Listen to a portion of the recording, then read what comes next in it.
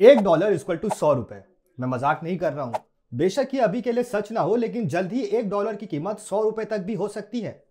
रुपया नीचे गिर रहा है और डॉलर और भी ज्यादा महंगा होता जा रहा है, क्योंकि इंडियन रुपये ने हिट किए हैं record low against the US dollar. और इन सब का सॉल्यूशन भी एक झटके में ही हो सकता है। हम $1 को $1 भी बना सकते हैं। लेकिन क्या ये सब हमें करना चाहिए? क्या इससे हमें और फायदे होंगे या और नुकसान ही होगा? आइए ये सब समझते हैं आज की वीडियो में। Rupee falls to new lows again at Sharp drop during the day today, of course. The rupee recorded its steepest fall in nearly 2 years, making it the worst performing global currency today. No relief for the Indian rupee either. It's recorded its biggest slide in 2 years. $1 is now worth almost 87 Indian rupees. आखिर dollar महंगा क्यों हो रहा है? देखिए, complex सवालों के जवाब अक्सर सिंपल ही होते हैं। भाई, डॉलर महंगा हो रहा है क्योंकि सबको डॉलर चाहिए है और कुछ नहीं है इसमें। जरा ये चार्ट देखिए। 54% एक्सपोर्ट इन्वॉइसिंग डॉलर में होती है, 58% ग्लोबल फॉरेक्स रिजर्व्स भी डॉलर में है और 88% फॉरेन ट्रेड ट्रांजैक्शंस भी डॉलर में ही होते हैं। डॉलर महंगा हो रहा है क्योंकि डॉलर की डिमांड बढ़ रही है, और डॉलर की डिमांड बढ़ने का सबसे बड़ा रीजन है डोनाल्ड ट्रंप। जब से डोनाल्ड ट्रंप जीते हैं तब से डॉलर के प्राइसेस बढ़ते ही जा रहे हैं। लेकिन आखिर ऐसा है क्यों? दरअसल ये सब make America great again policy की वजह से है। ट्रंप चाहते हैं कि अमेरिका में इन्वेस्टमेंट्स बढ़े, इनकम टैक्स कम हो और फॉरेन वर्कर्स की जगह लोकल्स को जॉब मिले। अब ट्रंप चाहते हैं कि दुनिया भर से इन्वेस्टर्स अमेरिका में आए, अमेरिका के प्रोडक्ट्स खरीदे, जिससे उनकी नौकरियां बढ़े, उनकी इकोनॉमी में ग्रोथ हो और ट्रेडिंग भी ज्यादा हो। लेकिन देखिए, पूरी दुनिया में एक मिथ है कि किसी देश की अगर करेंसी स्ट्रांग है तो इसका मतलब वो देश भी बेहतर है। एग्जाम्पल के लिए बहरेन का दिनार। बहरेन के दिनार की वैल्यू है $2.6, यानी कि 227 रुपए पर दिनार। अब मैं आपको मैप पर दिखाता हूं कि बहरेन आखिर है कहां, और मैं ये दावे से कह सकता हूं कि आप में से 99% लोग बहरेन को नहीं दिखा पाएंगे। ये रहा बहरेन, बेंगलुरु के साइज का है बस। देखिए, डॉलर से महंगा होना आपकी करेंसी को महंगा बना सकता है, लेकिन आपके देश को स्ट्रांग नहीं बना सकता। ऐसे ही डॉलर से सस्ता होना आपकी करेंसी को सस्ता बना सकता है, लेकिन आपके देश को वीक नहीं बना सकता। Of course conditions apply. अब देखिए, $1 को खरीदने के लिए जापान में 157 येन देने पड़ते हैं, कोरिया में 1400 वॉन देने पड़ते हैं और वियतनाम में करीब 23,000 डोंग देने पड़ते हैं। अब अगर हम रुपीज से कंपेयर करें तो आज की डेट में $1 के लिए हमें 86 रुपए देने पड़ते हैं। तो क्या इसका मतलब यह है कि जापान, कोरिया और वियतनाम इंडिया से भी कमजोर देश हैं? बिल्कुल नहीं।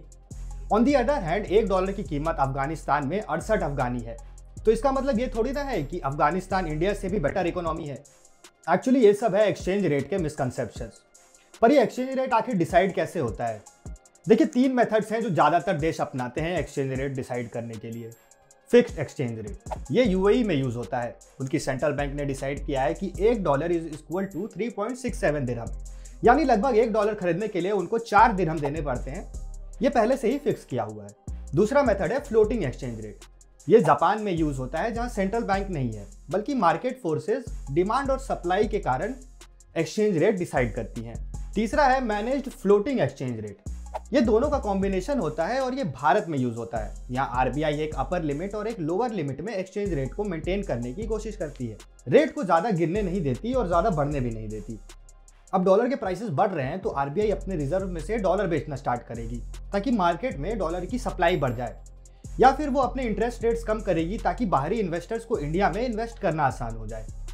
चाइना का एग्जांपल लेते हैं। चाइना ने 2015 में जानबूझकर अपनी करेंसी 3% घटाई थी, क्योंकि चाइना चाहता था कि उनके प्रोडक्ट्स वेस्टर्न देशों के लिए सस्ते रहे, ताकि वो ज्यादा खरीदें और उनके ट्रेडर्स को फायदा हो। करेंसी की वैल्यू जानबूझकर कम करने से उन्होंने ये अश्योर किया कि बाहर की कंपनीज चाइना में मैन्युफैक्चरिंग कंटिन्यू करे। तो अब तक हमने समझा कि डॉलर के प्राइसेस क्यों बढ़ रहे हैं, एक्सचेंज रेट कौन डिसाइड करता है, और किसी करेंसी का सस्ता होना किसी देश की वीकनेस का इकलौता रीजन नहीं होता। पैसा क्या है? पैसा तो हाथ का मैल है, आता है चला जाता है, सब मोह माया है। लेकिन आप ये बिल्कुल मत समझिए कि डॉलर के महंगे होने से हम सबको कोई फर्क नहीं पड़ता। अब आप में से कई लोग होंगे जो बोलेंगे कि हम तो सिंपल लोग हैं, ना हमको अमेरिका जाना है, ना हमको इंपोर्टेड चीज़ें खरीदनी है।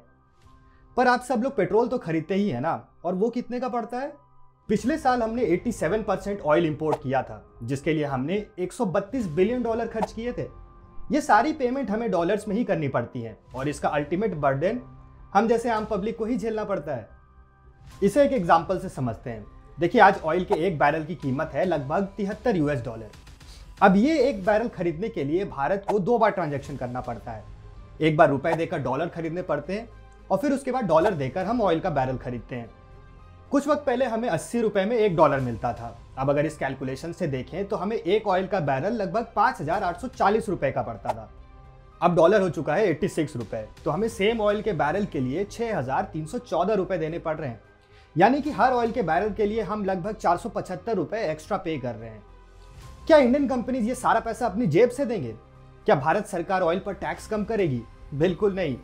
दरअसल इन सब का बिल बढ़ता जाएगा और ये मुझे और आप जैसे आम आदमी को ही पे करना पड़ेगा। सपोज अगर मुंबई का एक परिवार गाड़ी चलाने के लिए महीने का 3,000 रुपए खर्च करता था, तो उतनी ही ड्राइविंग करने के लिए उन्हें अब 3,200 रुपए खर्च करना पड़ेगा।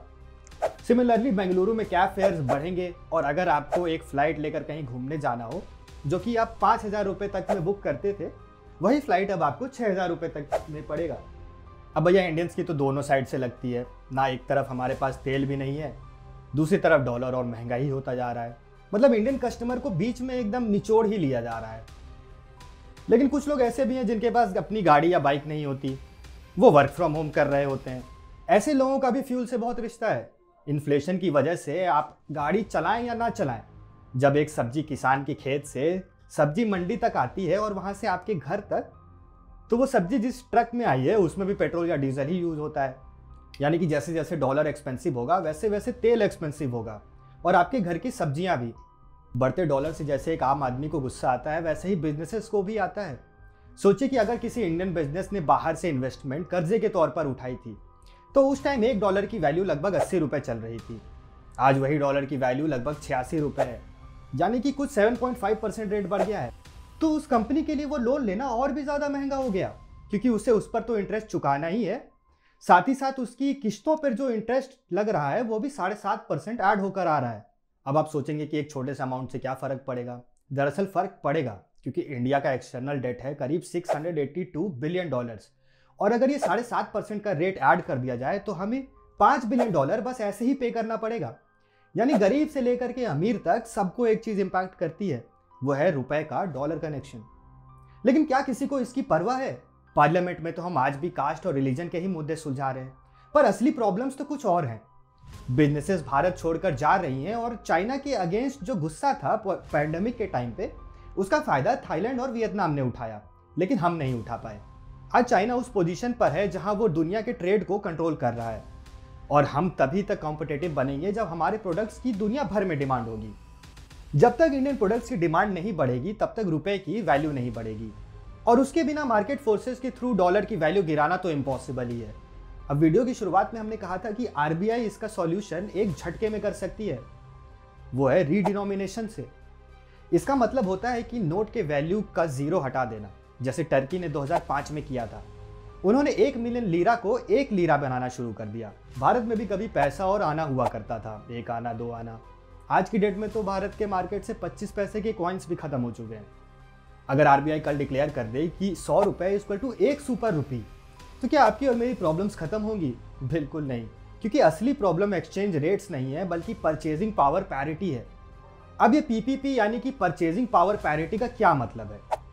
दरअसल पीपीपी एक इकोनॉमिक थ्योरी है जो कहती है कि ओवर द टाइम अलग अलग देशों को आइडेंटिकल गुड्स की प्राइस सेम होनी चाहिए। एग्जाम्पल के दौर पर लेते हैं पिज्ज़ा। सोचो अगर इंडिया में एक पिज्ज़ा 400 रुपए का मिलता है और वही सेम पिज्ज़ा यूएस में $10 का है। इसका मतलब होना चाहिए कि $1 इक्वल टू 40 रुपए आइडियली, लेकिन रियलिटी में इंडिया में सैलरीज यूएस के कंपैरिजन में सिर्फ 1/8 हैं और कॉस्ट ऑफ लिविंग 1/4 है। तो अगर यूएस में $10 का पिज्ज़ा है तो इंडिया में वही पिज्ज़ा 800 रुपए का होगा। लेकिन इंडियंस के लिए 800 रुपए का पिज्ज़ा बहुत ही ज़्यादा महंगा है, क्योंकि इनकम्स काफ़ी लो हैं। ये है रियल प्रॉब्लम।